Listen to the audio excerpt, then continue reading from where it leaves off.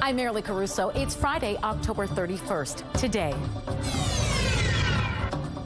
This isn't just about the numbers. It's about lives. 4 vacant homes go up in flames overnight. So why does the city say its plan to fight arson is working? Also today, silver alert. We likely will be seeing more people with dementia going missing. Why a Winnipeg family's call for a national system to find lost seniors has reached an important step. Plus, detecting danger. This makes testing your home for radon simple, accessible, and free of cost. Why it's about to get easier to test your home for a dangerous radioactive gas.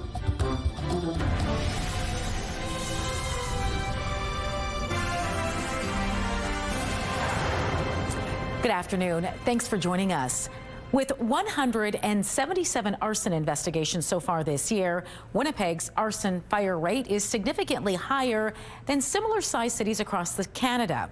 But today, the city says its plan to tackle arson fires is working. Joining me now live to tell us more, CTV's Danton Unger. So, Danton, what is the message the city's trying to send? Well, Marilee, the City of Winnipeg says collaboration is key among departments to address arsons in Winnipeg. So it's combining the resources of various city departments, the Winnipeg Fire Paramedic Service and the Winnipeg Police Service. Here's a look at what they're doing. In the first 3 quarters of 2025, 378 vacant buildings were boarded up under stricter requirements, and 372 tons of illegal dumping and debris were cleared in sweeps targeting properties. And the city has conducted more than 9,600 inspections to enforce safety standards. And it seems to be working. Arson to property is down almost 6% from 2024, and Winnipeg's arson rate is almost 18% below the 5-year average. And police have arrested and charged 23 people. And remember, one person can be responsible for several fires. Now, despite those numbers, scenes like these are still all too common in some Winnipeg neighborhoods with charred and burned vacant buildings.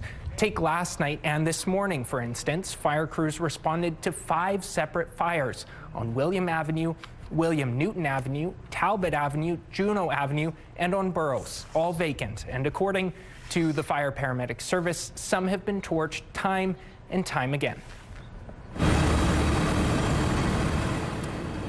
Let's not forget other higher-profile arson investigations at some downtown businesses, including Johnny G's restaurant on McDermott Avenue and the Exchange Event Center on Bannatyne. Those investigations are ongoing, and the chief of the Winnipeg Fire Paramedic Service says fires like these impact the public's sense of safety and take a toll on the front lines. For our firefighters and paramedics, these are increasingly complex, high-risk incidents, often in unstable vacant structures with hazardous materials. Fires cause physical injuries and exhaustion, and they add to the heavy psychological load our responders carry each and every day. All right, Danton, clearly a concern. So how will this collaboration work? Well, it's not just the Fire Paramedic Service and the Police Service working together. Prevention also counts on other departments. Here's what Inspector Jennifer McKinnon of the Police Service's Major Crimes Unit had to say about that. This could mean educators from the Fire Prevention Branch reaching out to high-risk neighborhoods and youth. Water and waste strategically increasing garbage pickups identified during peak times or neighborhoods most impacted by fires. Community engagement and proactive policing through our divisional community support units. Identifying problem properties and implementing increased measures to effectively board up and secure vacant properties. But most significantly is the ongoing collaboration and strong partnership that has been formed between our services' respective fire and arson investigators who have received dedicated technical training in this field.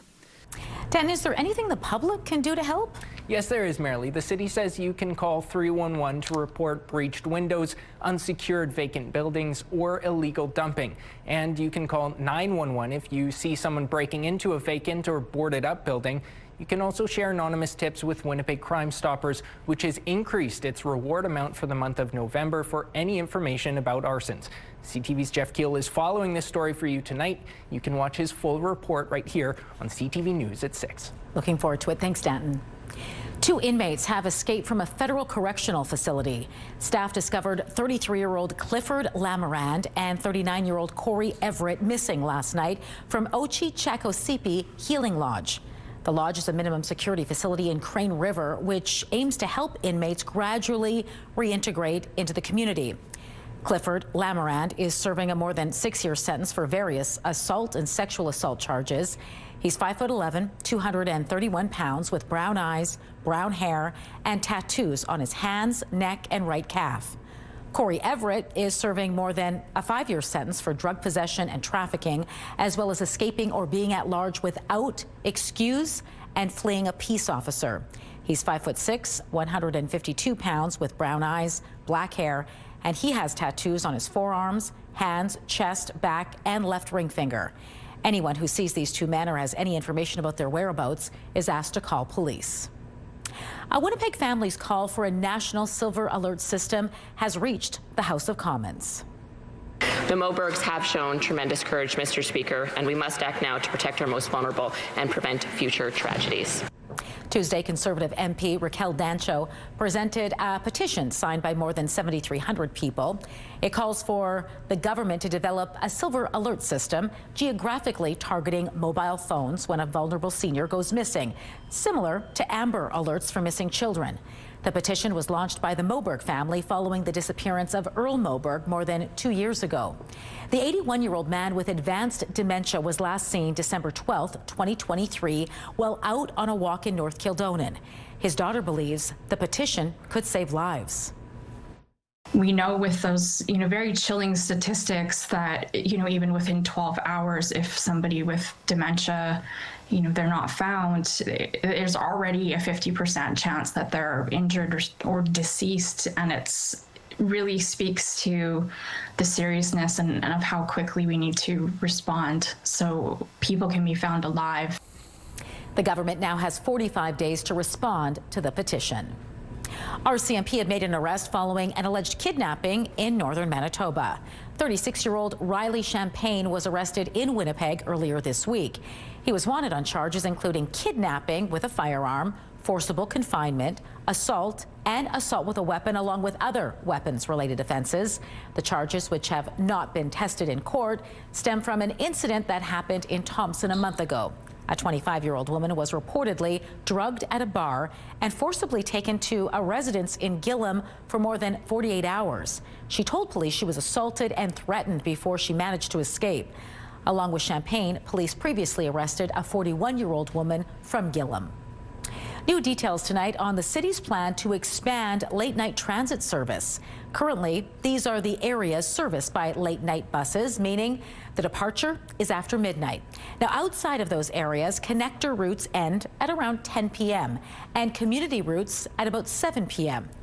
This is what the expanded late-night service would look like beginning in April. The dark blue on your screen indicates the routes where night buses would be added, and the gray color would see the expansion of on-request late service in December. The proposal still needs to make its way through City Hall.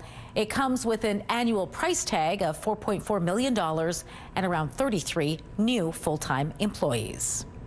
It is Halloween, and a new poll shows how many Canadians will be taking part in the fun.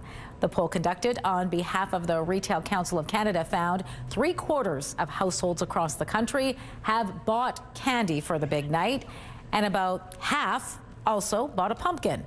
Now, when it comes to putting up new decor, the poll found 3 in 10 stocked up on decorations, while just 1/4 bought a costume this year. All right, on that creepy note, what has happened to Colleen Brady on this Halloween? I'm disappearing.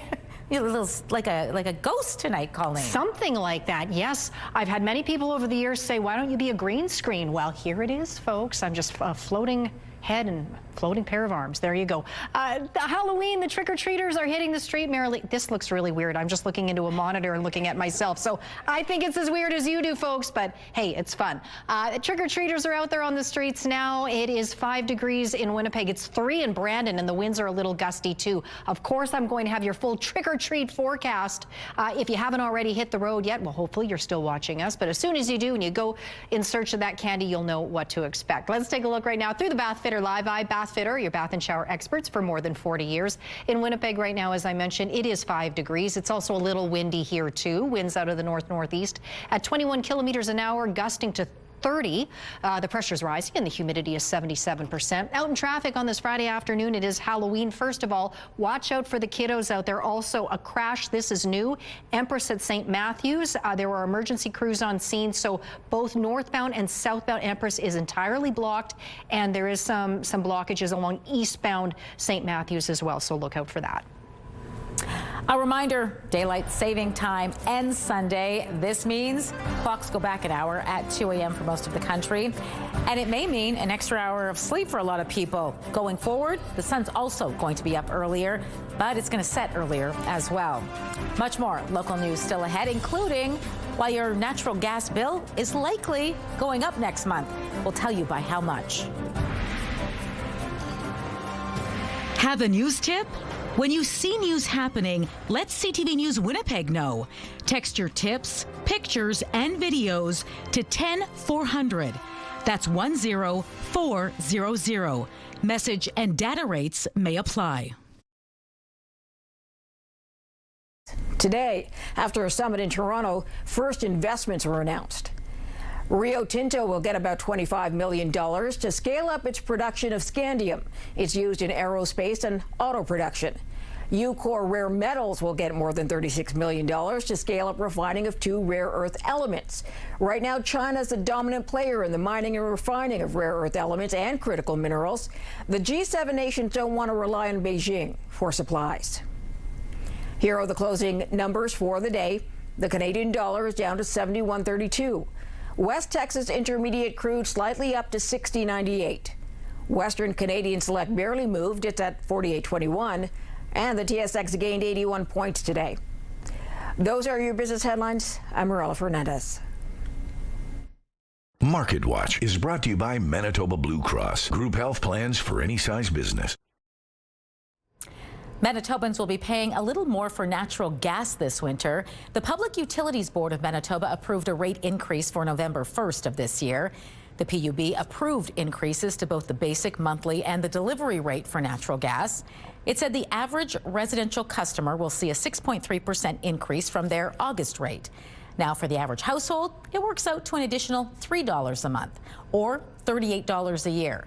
The PUB says the increase is due to its expectation natural gas purchase prices will rise over the next year.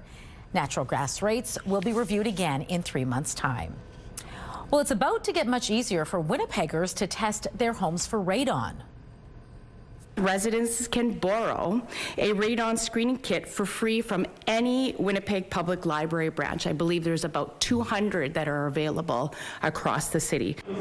Beginning tomorrow, you'll be able to check out a radon screening kit as you would a book for up to 3 weeks. Radon is a colorless, odorless, and tasteless radioactive gas which can seep into people's homes. And it's the second leading cause of lung cancer behind smoking. They will provide people with a number after about 24 hours, so it takes at least 24 hours for it to calibrate. But the idea is that you want to leave it for as long as possible, so borrow it from the library, put it in your place in a spot where you spend time, so either 4 hours a day or more, like a bedroom or a home office. The Manitoba Lung Association says it can connect you with experts who will explain what to do if you get a reading that's too high. Going forward, the kits will be available between November 1st and April 30th of each year, as they tend to be less accurate during the summer months. Well, the cello is a really accessible instrument. I think as a listener, it has such a human timbre. Some of the most renowned cellists in the world are in Winnipeg this weekend. How the International Cello Festival plans to end on a high note. Next in the Spotlight.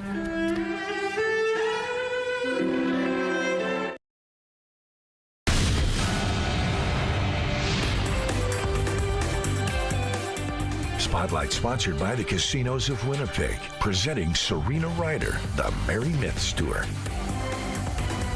Colleen Brady is back now for Spotlight, and seeing as the movie is still hugely popular, what's happening at the Winnipeg Symphony Orchestra is no surprise. No, not at all. Due to popular demand, Marilee, the WSO is adding a third performance of How to Train Your Dragon in concert. Join Hiccup and Toothless as they soar through the skies and fight to save their worlds. You can watch the film on the big screen as the WSO plays the movie's Oscar-nominated score live. Shows are scheduled for the evenings of December 6th and 7th. Tickets are going fast, so the WSO has added an afternoon matinee at 2 o'clock on Saturday the 6th. Tickets are available for all 3 performances. Visit WSO.ca for more information. Well, that huge international cello festival that's been going on all week here in Winnipeg, what's up with it? Well, it will be reaching a crescendo this weekend.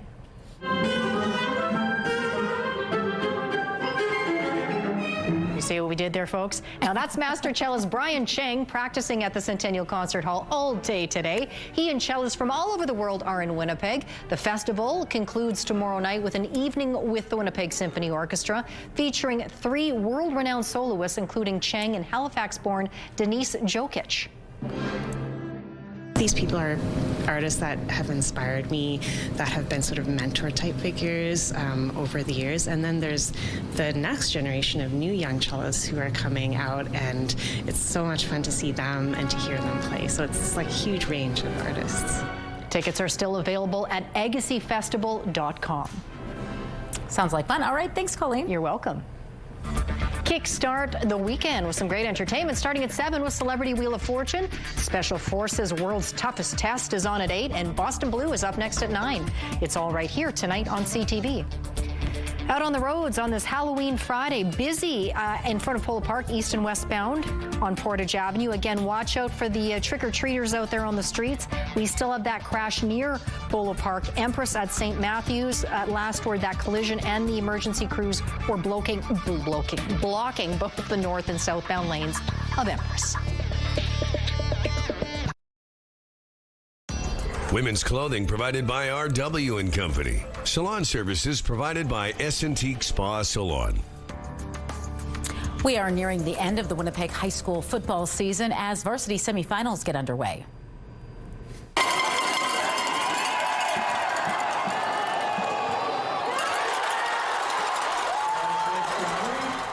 The Springfield Sabres and West Kildonan Wolverines hit the gridiron at Princess Auto Stadium last night. Wolverines won this one 26-6. Also in semifinal action, battling Ontario teams from Dryden and Fort Francis. Dryden won 31-24. And St. Norbert Celtics beat out Churchill Bulldogs 17-14. A game scheduled for this afternoon between Tech Vaughan and Elmwood was postponed. Varsity semifinals, though, continue tonight.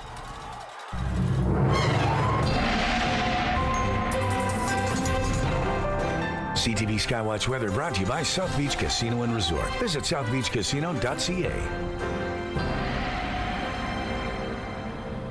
Here I am, my floating arms again, folks. Well, listen, you can actually see right through me here in more ways than one, I guess, tonight, right? Cloudy out there, but relatively uneventful for this Halloween evening, and that's what we'd like. We want the clouds, we want to set the scene, but we don't want any precipitation. Still an outside chance that could happen, but it is a low chance. Just it's not zero, put it that way, across the south. But east into northwestern Ontario, a similar spooktacular scene, cloudy and dry there. Winds coming down lightly out of the northeast.